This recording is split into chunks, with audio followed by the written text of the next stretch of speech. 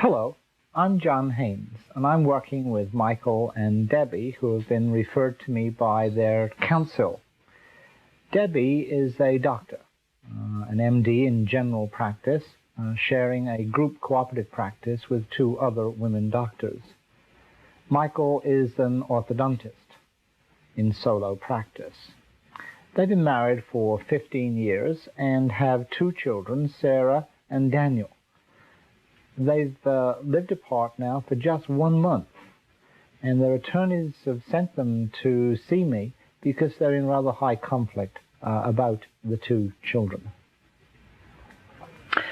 Well, the council has asked you to come and see me and see if we can't work out an agreement that's appropriate for both of you in terms of the best interests of Sarah and Daniel. And I wondered if you could tell me a little bit about what's happening in the last month.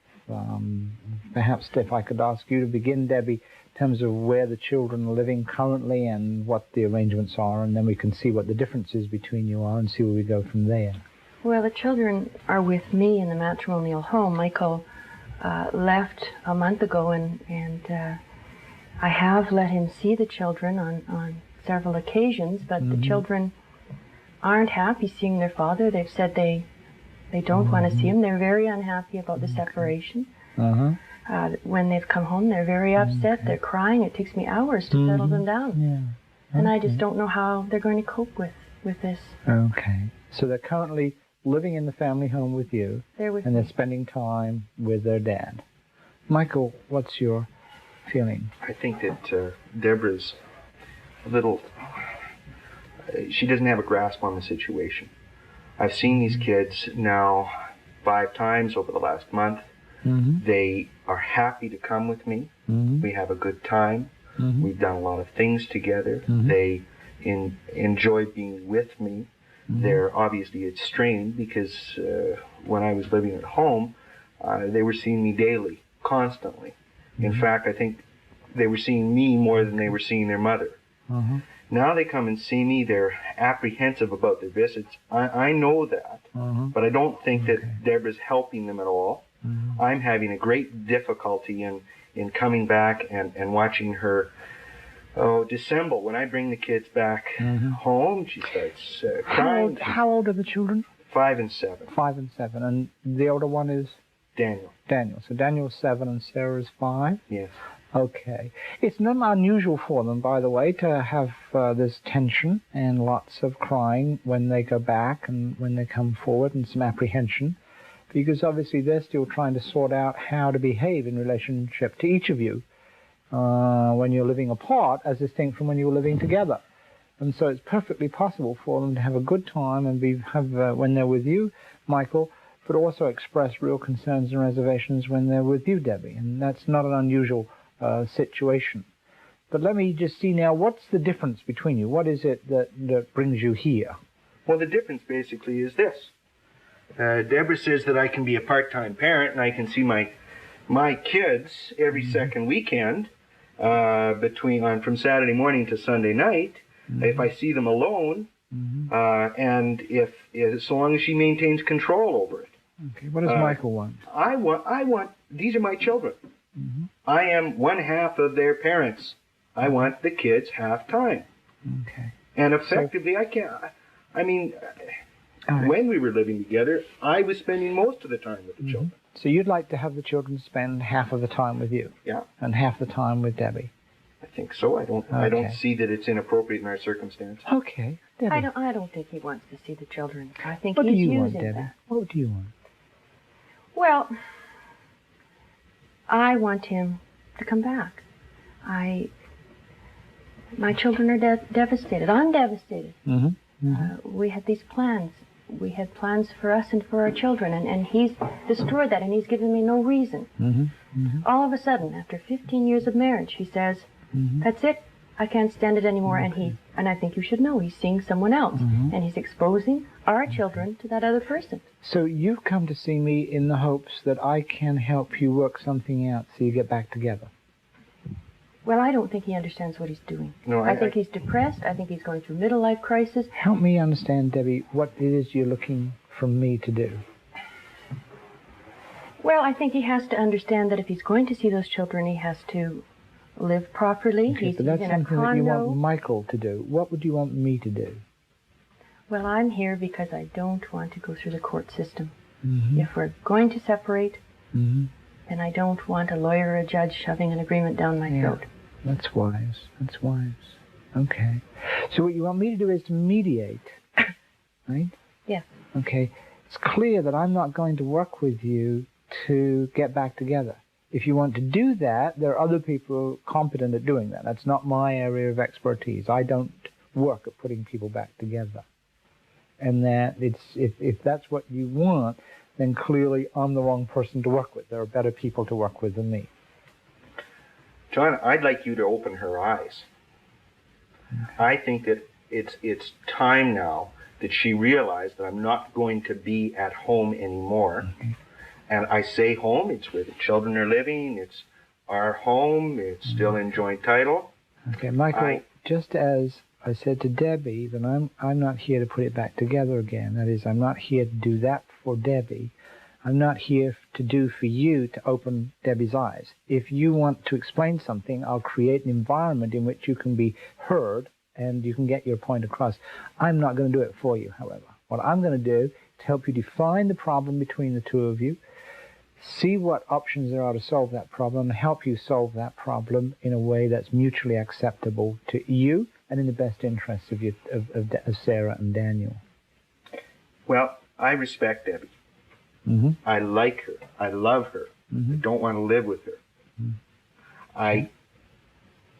I have two wonderful children Mm-hmm. that I love and cherish Mm-hmm. and want to have with me as much as I possibly can. Okay. My practice is such that I take my appointment book and staple pages together. I don't worry about it. Mm-hmm. Money isn't an issue. I've given Deborah $1,500 when I left. Mm-hmm. She knows that she can count on me for that sort of sum every month, Mm-hmm. so until the matters are resolved. Mm-hmm. But for me, it's the issue of being able to deal with my children on an honest basis. She So lies. you'd like to have them, right? Yes. You'd like to have them half of the time. Debbie, if you were to structure the arrangement for the parenting, how would you structure it? Well, I think the children need a home. I think they need one home. They have to know they're going to school this year, both of them. They have to sleep in one place every night. They have to have their books. They need someone consistent to help them with their homework. If they're staying 1 week with me and 1 week with him, it's going to be too disruptive. Don't tell me what you don't want. Tell me what you do want. Well, I don't want him to expose his friend Okay. to those children. Let me try that one again. Don't tell me what you don't want. Tell me what you do want. I want my family back. Okay. No, we recognize that's not my job, right? So that if you want to do work on that, you're going to have to work with somebody else. If you want to work with me, it's to structure the parenting whilst you're apart. You may use that time apart to look at how to get back together again.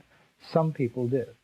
What I want you to focus on, in terms of how I can be helpful, is how to structure the parenting if you're living apart. All right. If we have to live apart, then I think that we have to be consistent on what we want for our children. Okay, and that is?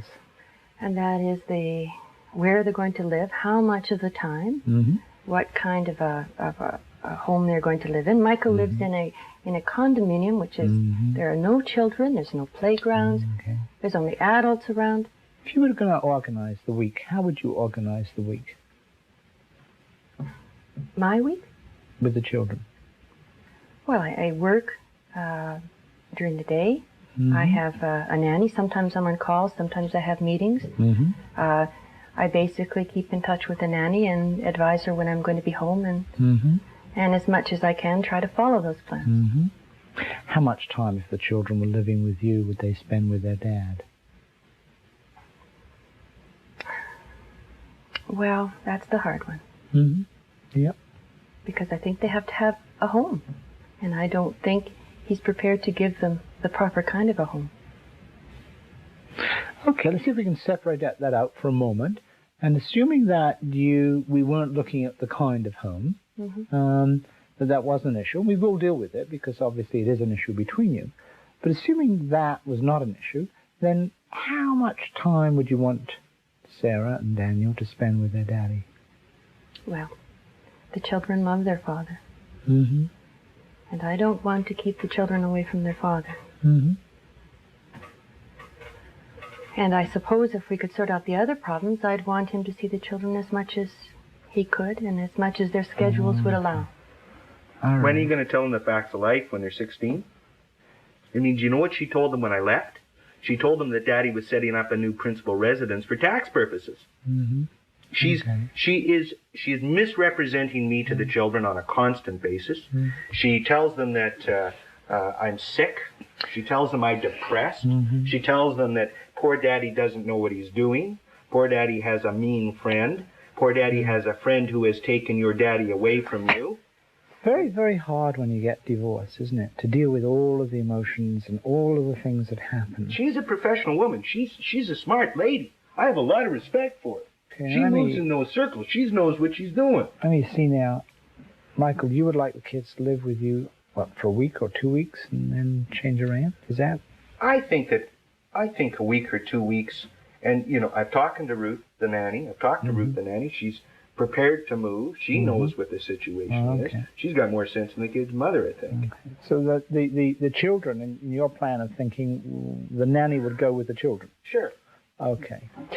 Debbie, if you said to me a little moment ago that there was if we could work out some other things, then perhaps you could see your way clear to working out some structure of sharing the parenting in some form or the other. What things do you need to work out? Well, I don't think the home, if you can call it that, the high-rise condo Michael's living in is appropriate for the children. I live in a 3,200 square foot apartment, which has a beautiful view, which has appropriate facilities, which is not an adult-only apartment. Well, there are no other children there. There are other children. So concern number one is the geography, the apartment. Okay. Are there any other concerns? Yes, I don't think he really wants to see his children. I think it's just guilt. He bought a Porsche the other day. It doesn't even have a back seat to transport these children. Let Michael tell me about that part. Tell me about what it is you think needs to get resolved. Well, I don't see how the children can live 1 week here and 1 week there. Okay. I think it'll be too hard on them, and I don't think he's being fair to them. He's the one that broke up this family. Okay. So it's the apartment, and your concern as to whether or not the children can handle going back and forth on a regular basis. Yes. Is that? Okay. Are there any other problems? I don't think they should be exposed to this woman. Okay. The woman is...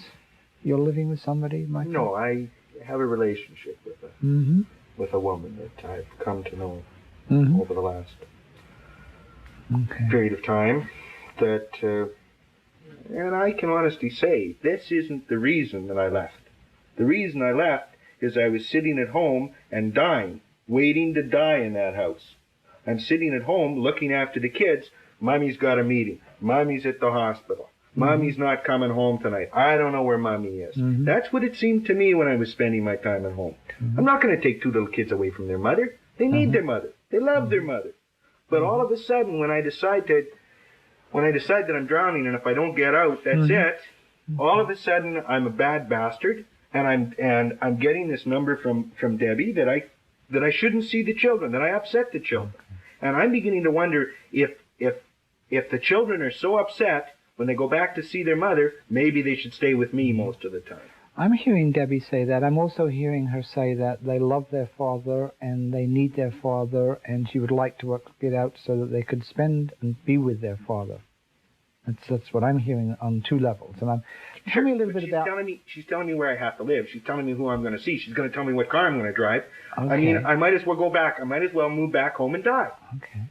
All right. So those are the issues of conflict between you.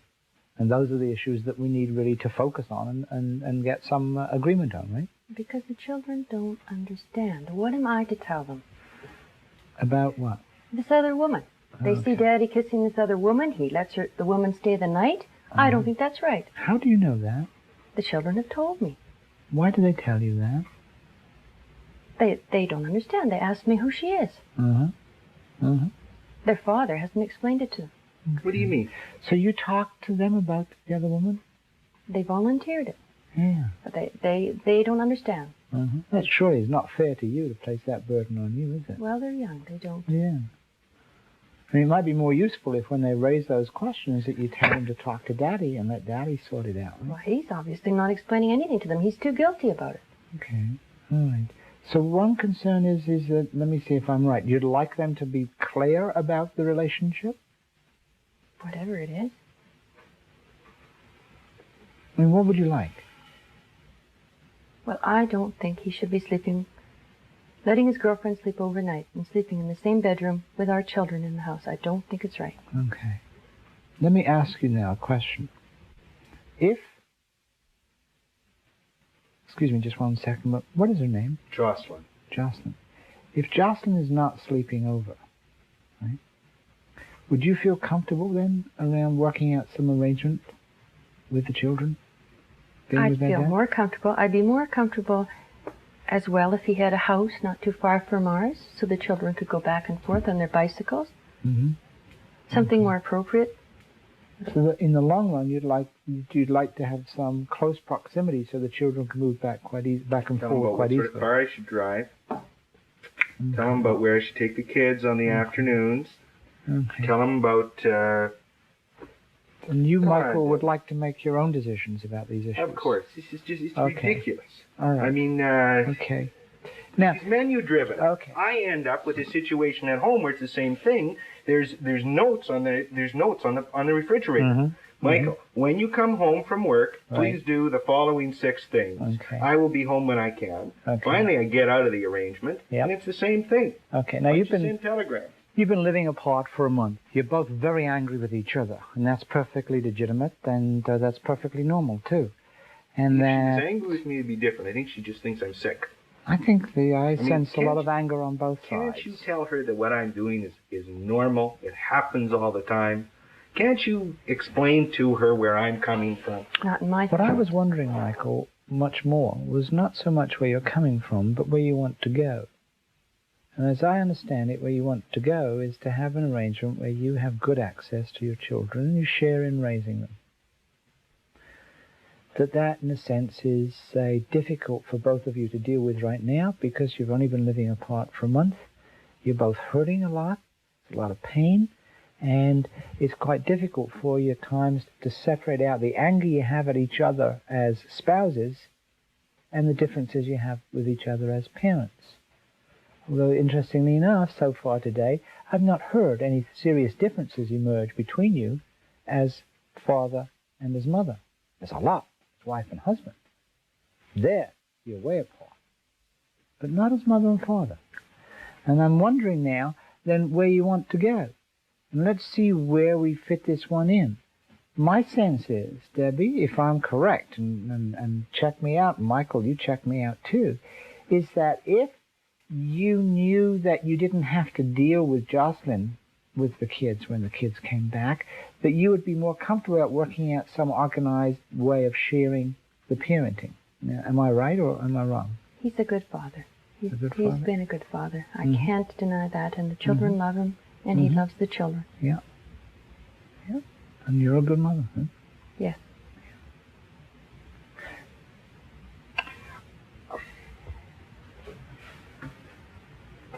What am I supposed to do? But is it fair to the children to have them 1 week here, 1 week there? The kids don't mind. How would you like to move back and forth? The kids are happy. They take their videotapes with them. They're happy wherever they're staying. Well, let's make this point, that the kids are going to move back and forth between you in some way, right? Even if it's only 1 weekend a month, they're still going to move back and forth. The issue is not whether they're going to move back and forth. The question is the schedule around which they're going to move back and forth with you both, right? So they'll spend time with their dad, spend time with their mum, and they'll move back and forth. The issue is the amount of time they'll spend at each of the two houses, right? If these children are visiting me, then what's going to happen to me is that I'm going to become a stranger to them. I'm going to be an interrupter. Okay. I'm going to end up with these kids saying to me, Daddy, if I come and see you, I can't go to Mehitabel's birthday party. Let me ask you a question, It's not Michael. fair anymore. Yeah, right. and it shouldn't be unfair to either of you, and it certainly should not be unfair to Sarah and to Daniel.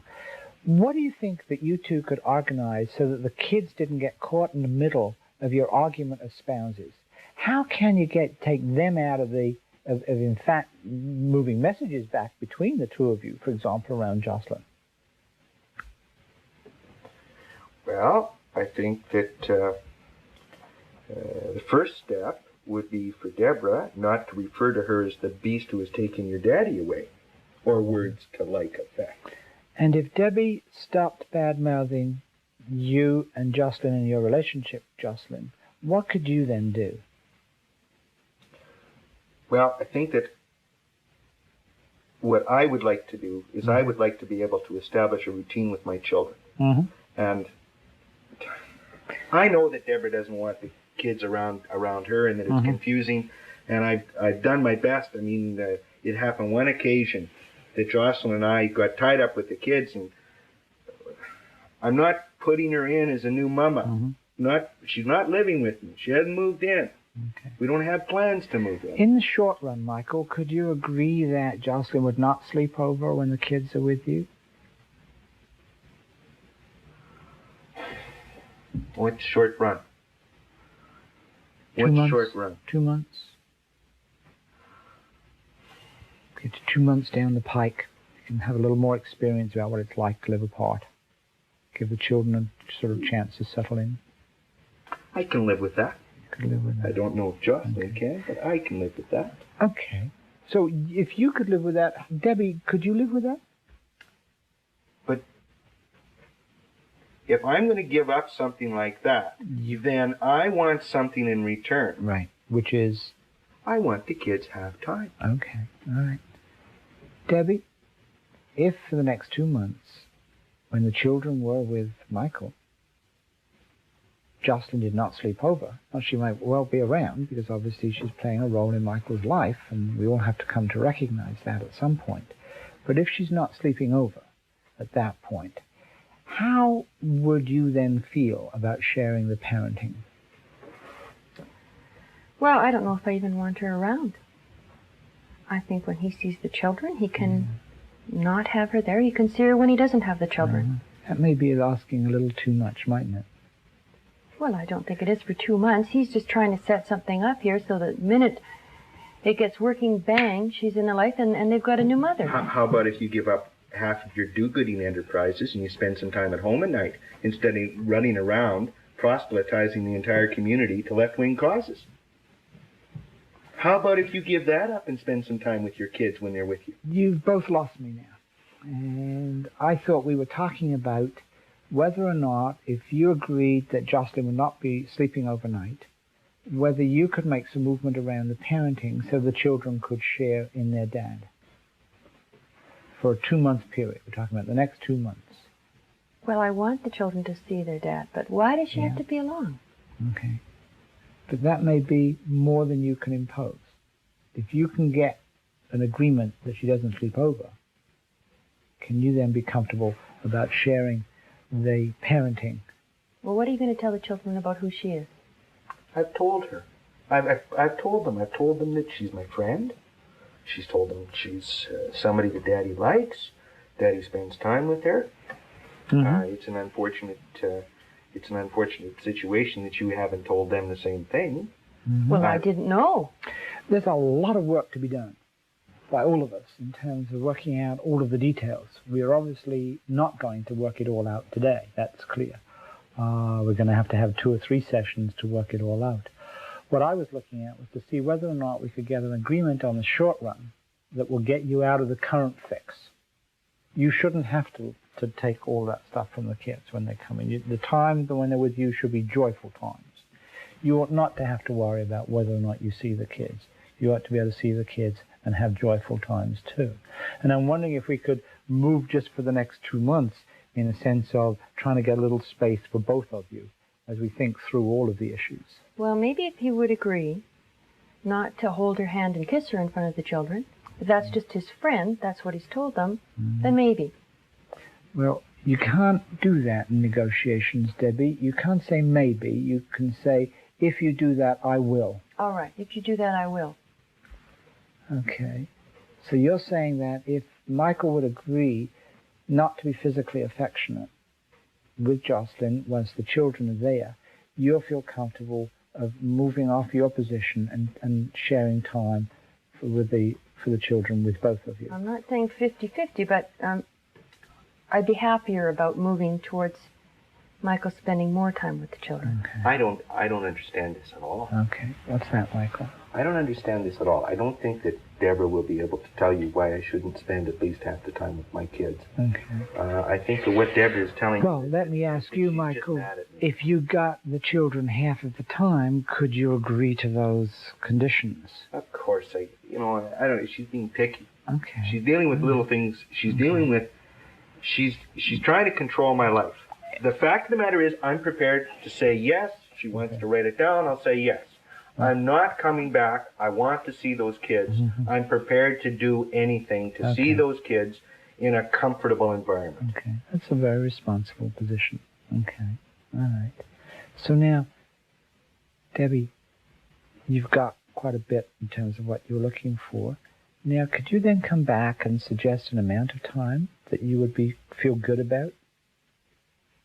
Well, I don't know what he wants. I'm still not happy with a week here and a week there. Okay. I would like something more like I would have them during the week and maybe he would have them on the weekends.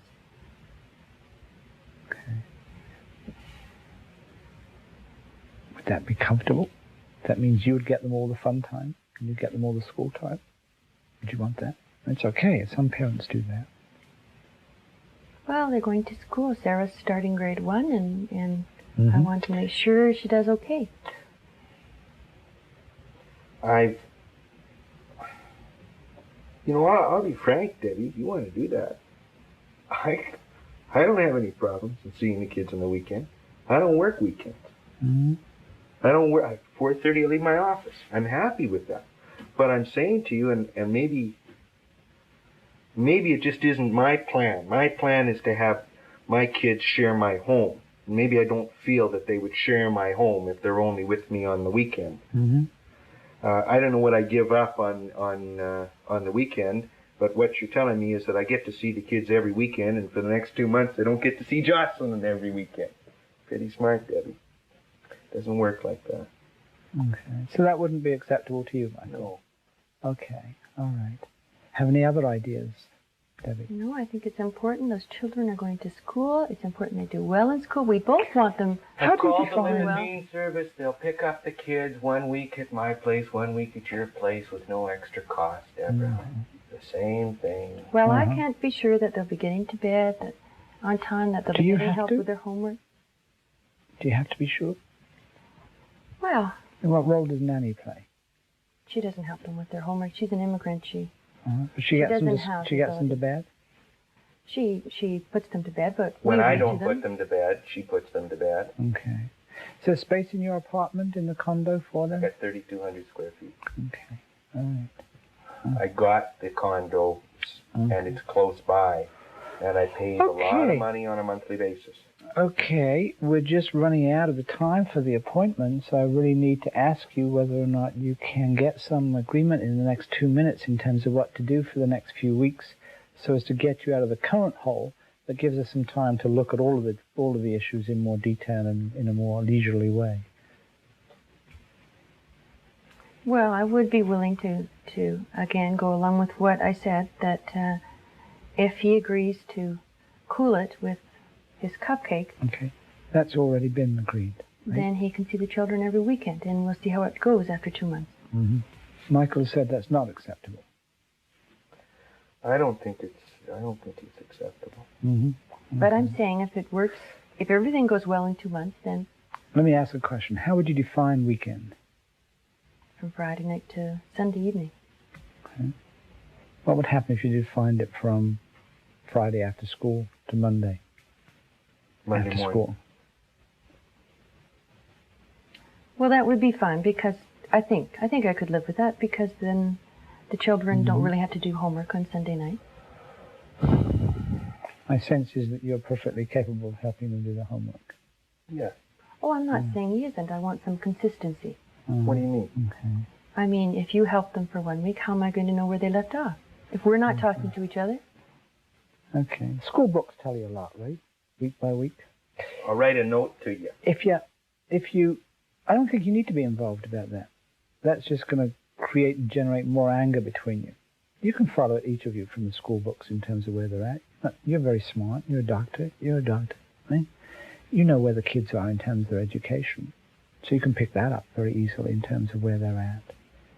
So if they came to you from school on Friday, stayed with you through Monday, and you got them to school on Monday morning, and then they'll be back at your house on Monday after school, would that meet both needs on a temporary basis to give us all space and time to talk about this? Yeah. I'd try it. I'll live with it. All right. Let's then do that for the next few weeks. Let's review it along the way, and let's get back together next week and talk then about some of the other issues that are going on between you, so that we can try and get the children clearly out of the middle of your fight as spouses.